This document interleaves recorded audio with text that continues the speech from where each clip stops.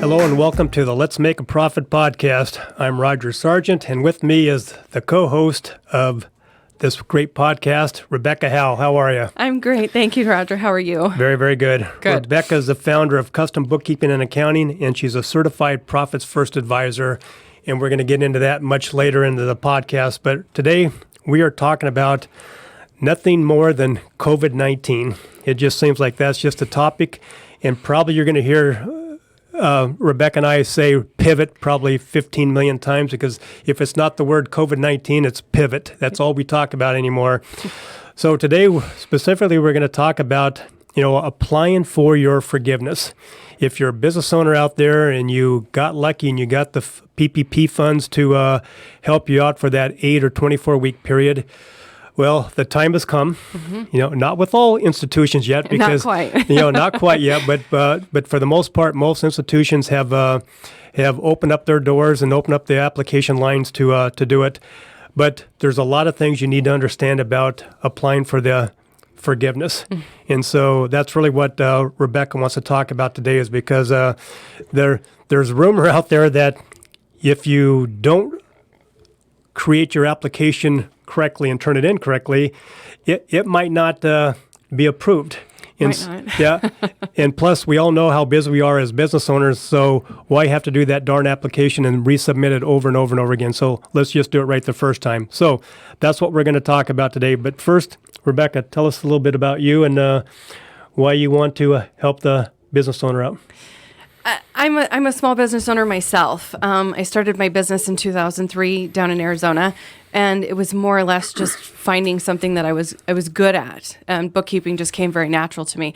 And as my business has grown, I have been able to provide more services to clients with payroll and tax returns, and now with my new certification that I've gotten, getting into Profit First cash management assessments and helping businesses become profitable. So the reason for this whole podcast was to share Profit First and how small business owners can grow and really get back to the values of why they started their business, what they wanted to get out of their business, and to grow the appreciation that they may have lost because they just aren't getting what they wanted out of their business. So, and because this is really only the second episode of the Let's Make a Profit podcast, I just want everybody out there to know that I'm a business owner, I'm a business consultant, and I see a lot of business owners out there that really don't have a full understanding of their financials. Mm-hmm. And on top of that, there's a lot of people out there that have got on their resume somehow, some way, the title of bookkeeper, and having the title of bookkeeper on your resume does not mean that you know everything and anything about bookkeeping. And so I can tell you first and foremost that Rebecca and her staff at Custom Bookkeeping, they understand your numbers. They understand how to obviously do the bookkeeping end of things.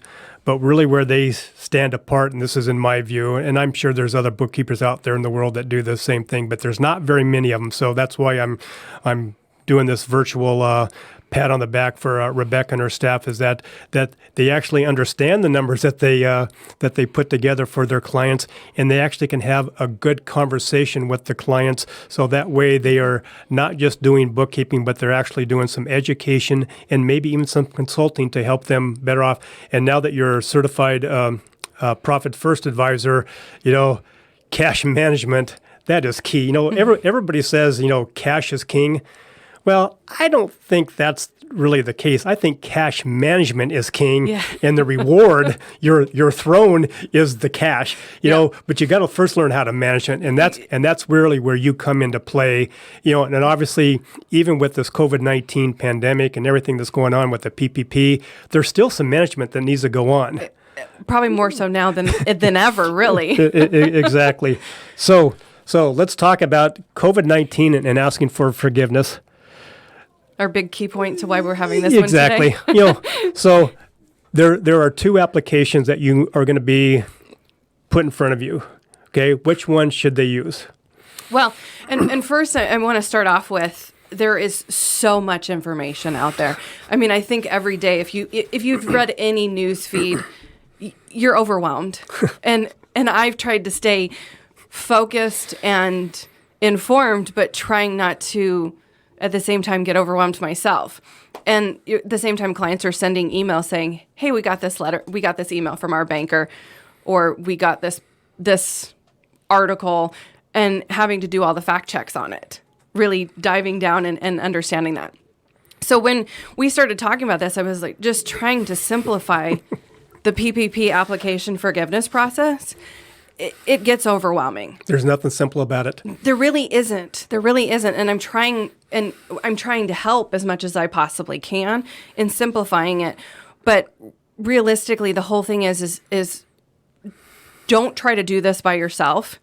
I've created a checklist which will help you have those conversations with your bookkeeper or your accountant, or even just understanding what needs to be done, what the steps are. So realistically, the first step is have you spent all your money? Because the SBA is going to require that you have spent all your money before you start your forgiveness application. And then the second part is, which form do you fill out? How do you qualify for a form? So they did come up with a 3508 Easy form, which was kind of a simplified, I think it's a 3-page application versus like a 9 or 11-page application. So 9 pages is extremely daunting within itself. But, and I mentioned this in our last podcast, that National Federation of Independent Business, they did a survey on this. 43% are thinking that they're going to probably use the Easy form. 57% don't even know where to start. So to help them kind of go through this process, and I've broken down very basic information on what is the difference. And all of this it matters of what your covered period is. And we talked about the 8-week or the 24, and we'll go into a little bit more depth on that. But most people that are self-employed are going to use the Easy form. Borrowers that did not reduce wages that were paid and their number of employees. So you have to get that, make sure that and is. It's not an or. You have to have paid the same amount as you did prior to COVID, and you have to have the same number of employees you did have prior to COVID. So that is the Easy form in a nutshell. Yep. There is a stipulation in the Easy form that if you were unable to stay open because of restrictions, that if you did not reduce your wages and your employees under 25%, you can also use the Easy form. And then you have to make sure that you have stayed in those stipulations. If you haven't, then unfortunately the long form is your next option. So if you were able to get back at some capacity, restaurants kind of being the key part to this, right, there we're only able to get to 25% capacity. So you're not going to get to your staff numbers or your wages that you paid prior to COVID. So they have made the long form, which is a little bit more questions, a little bit more information. Were you able to, before the end of your covered period, get back to full capacity? Or there's a stipulation that they've now put into a safe harbor.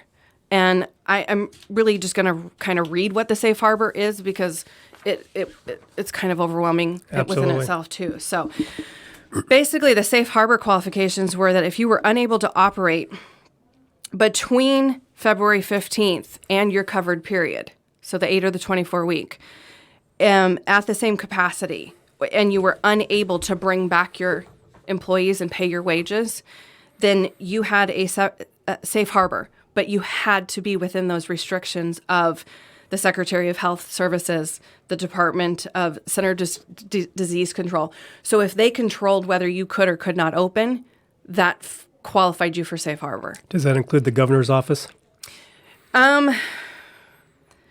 No, I mean, it really was the Secretary of Health and Human Services, Director of Center of Disease Controls and Prevention, and Occupational Safety and Health Administration. So OSHA. Yeah. So how did the governor get involved? Do you know? I mean, because really, from time to time, I'm a business owner. I've got 3 of them out there, and when we thought we were able to open, the governor closed the door on us. Yeah, I mean, it's just that they didn't handle this really well. I think that the governor tried to do the best he could, but I think he overstepped on some small businesses.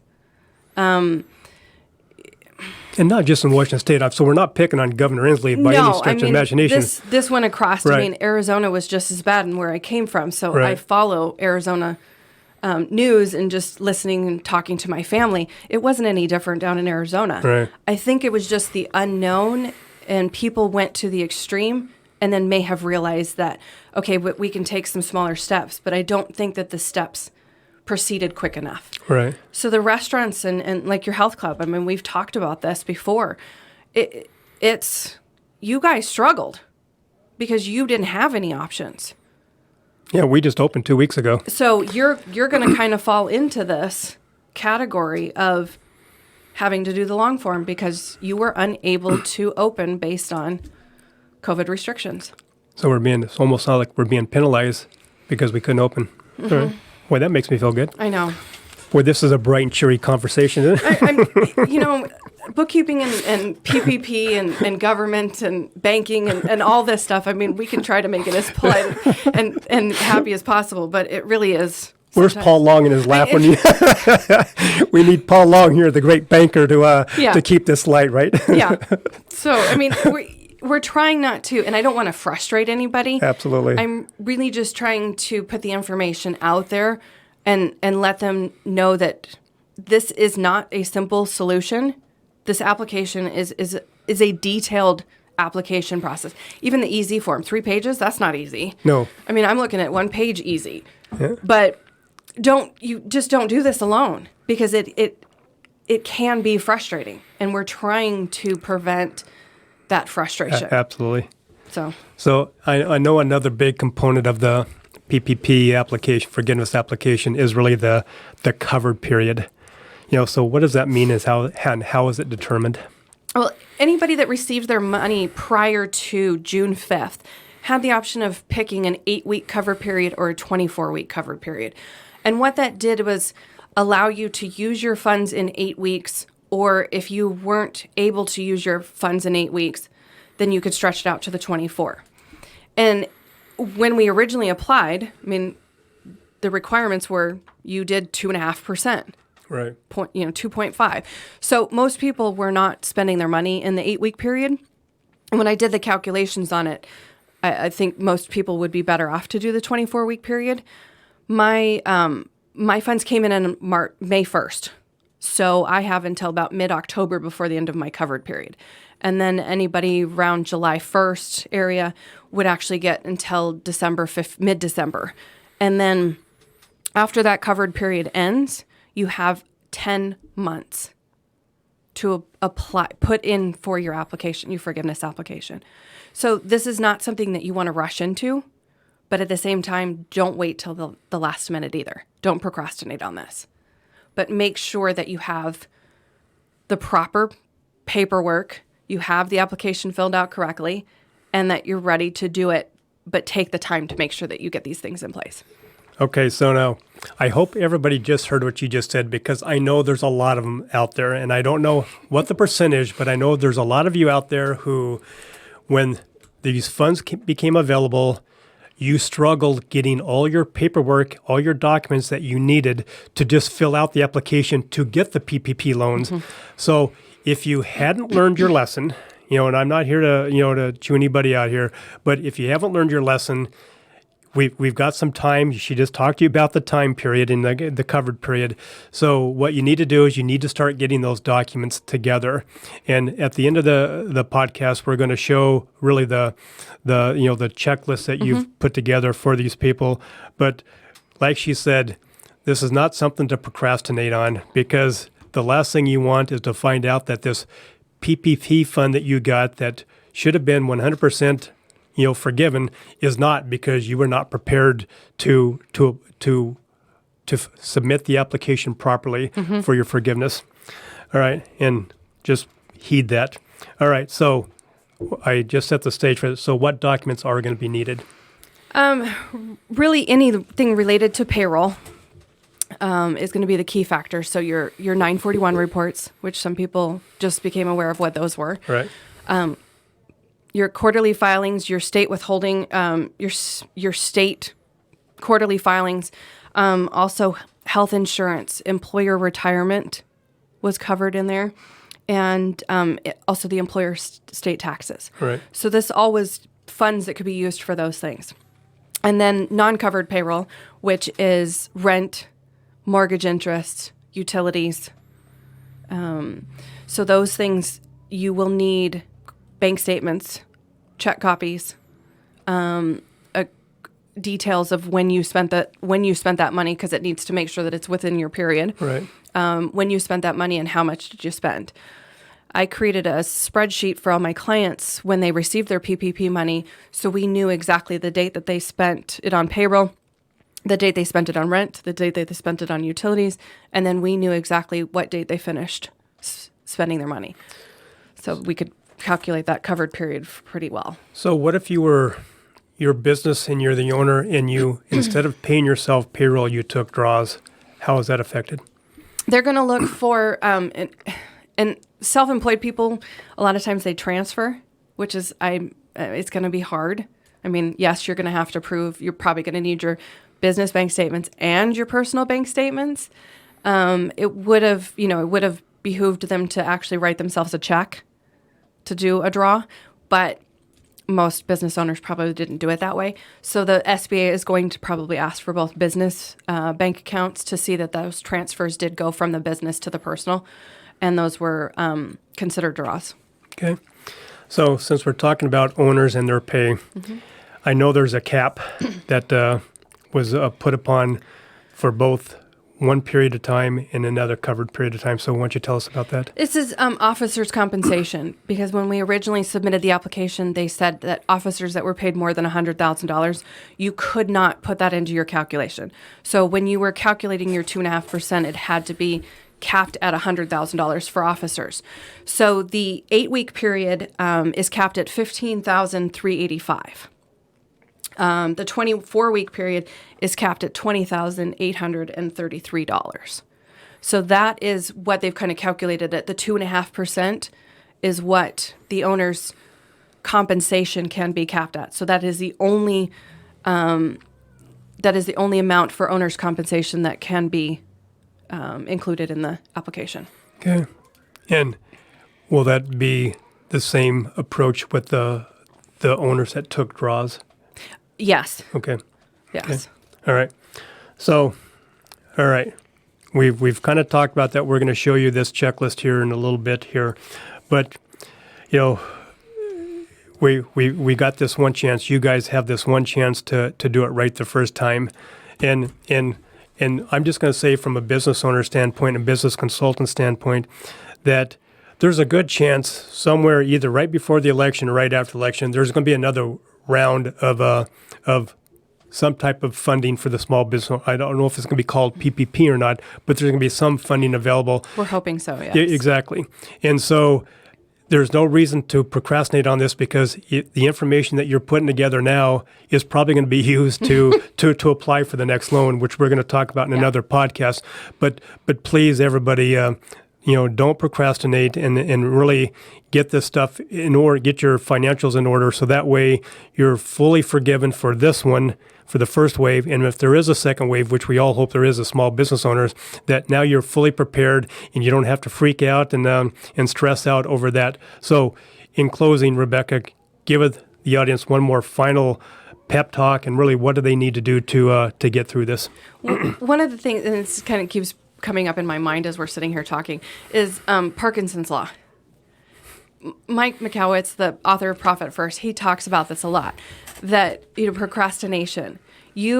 Parkinson's Law, if you are given 8 weeks to get something done, you'll get it done in 8 weeks. If you're getting 10 months to get something done, you're going to wait 10 months. But what I want to tell people is, and I'm speaking to, and I don't want to call out the procrastinators, but I really am, is that please don't wait till the end, because the SBA has a tremendous amount of applications to process, and you don't want to submit your application and get it denied and then realize that you ran out of time because you did wait till the last minute. So I'm suggesting let's wait till at least after elections to see if maybe the Senate and the House and the Representative, I mean, just Congress in general, comes up with a certain dollar amount. I mean, we're kind of hoping for the 150. Lately, they've been talking about it just dropping down to about 50,000, which would help a lot of small business owners, especially the people that I'm working with, Right. that didn't get a lot of PPP money. And if we don't have to go through all these hurdles, that would be nice. So I'm at least saying let's wait until the election and then, of course, wait for your covered period. But within that, I mean, I would start considering doing this within, 8 to 10 weeks afterwards, because then it gives you time that if you submit it wrong and it gets denied and the SBA does allow you to submit it again, that you still have time to do so. But we also have to think about, let's get it right the first time rather than thinking that, we get another opportunity. Because SBA hasn't shared that they're going to give us opportunities or how many. Right. So I really think that it behooves you to do it right the first time. And ask the questions. Talk to, another reason I did this checklist was if you haven't gotten in contact with me or somebody else that's done some of this research, go to your bookkeepers or your accountants and use this checklist and ask them, can you help me with this? And if they kind of look at you blankly or say, I really haven't spent that much time on it, find somebody else that has. And really, whatever you do, in closing for me is don't be penny wise and pound foolish here. The bottom line is that that right now you've already used this money, and the last thing you want to do is have to pay it all back. And so, if I know money's tight with a lot of you guys out there, spend a couple extra $100 maybe, and have someone do it right the first time. Make sure that you've got the complete application before you hit submit, and find out that you haven't. Because last week when we did the podcast and we had Paul Long from Timberland Bank here, he said that to date 96,000 applications for forgiveness have been submitted, and that's less than 2% of the total amount. Mm-hmm. So you can imagine how overwhelming this is going to be. And the last thing you want is to have to miss that boat and to have to start making payments on that money that was given to you in good faith that you were going to use properly, and now you can't prove that you did. And so, bottom line, just don't try to do cost savings here. Your ROI will come back to you big time if you do it right the first time. And then whatever you do, Rebecca and her staff are ready there to answer any of your questions. So get the checklist. You'll see it here at the end of the podcast. But if you don't fully understand it, call Rebecca and her staff. Get the right answers that you need, as long as they know the right answers. And right now there's still a lot of unknowns. So be prepared for that as well. But at the same time, like Rebecca said, that if you start to hear a lot of from your accountant or your bookkeeper or your banker, you might need to get a second opinion, and don't waste any time on that. And really, the bankers right now, I mean, they're kind of kicking it back. Yes, they have their own checklist of things that they have to meet per requirements from the SBA. But the bankers are telling you, get with your accountants and your tax preparers. They're not even really saying your bookkeepers, but people that are doing your taxes and are your accountants, they're kicking it back to them to get the documents. So, between your accountant and the banker, you hopefully can get this. And that's a good thing that you just brought up, because, yes, you own your own bookkeeping company, but you are also a certified tax preparer. Yes, I am. Okay. And so just because, Rebecca's company says custom bookkeeping, yes, they do bookkeeping, but they go a lot further beyond that. So like she said, this might not be the question you ask your bookkeeper per se, but you want to get someone that understands really the tax filings. And so that's what Rebecca and her team does. Absolutely. All right.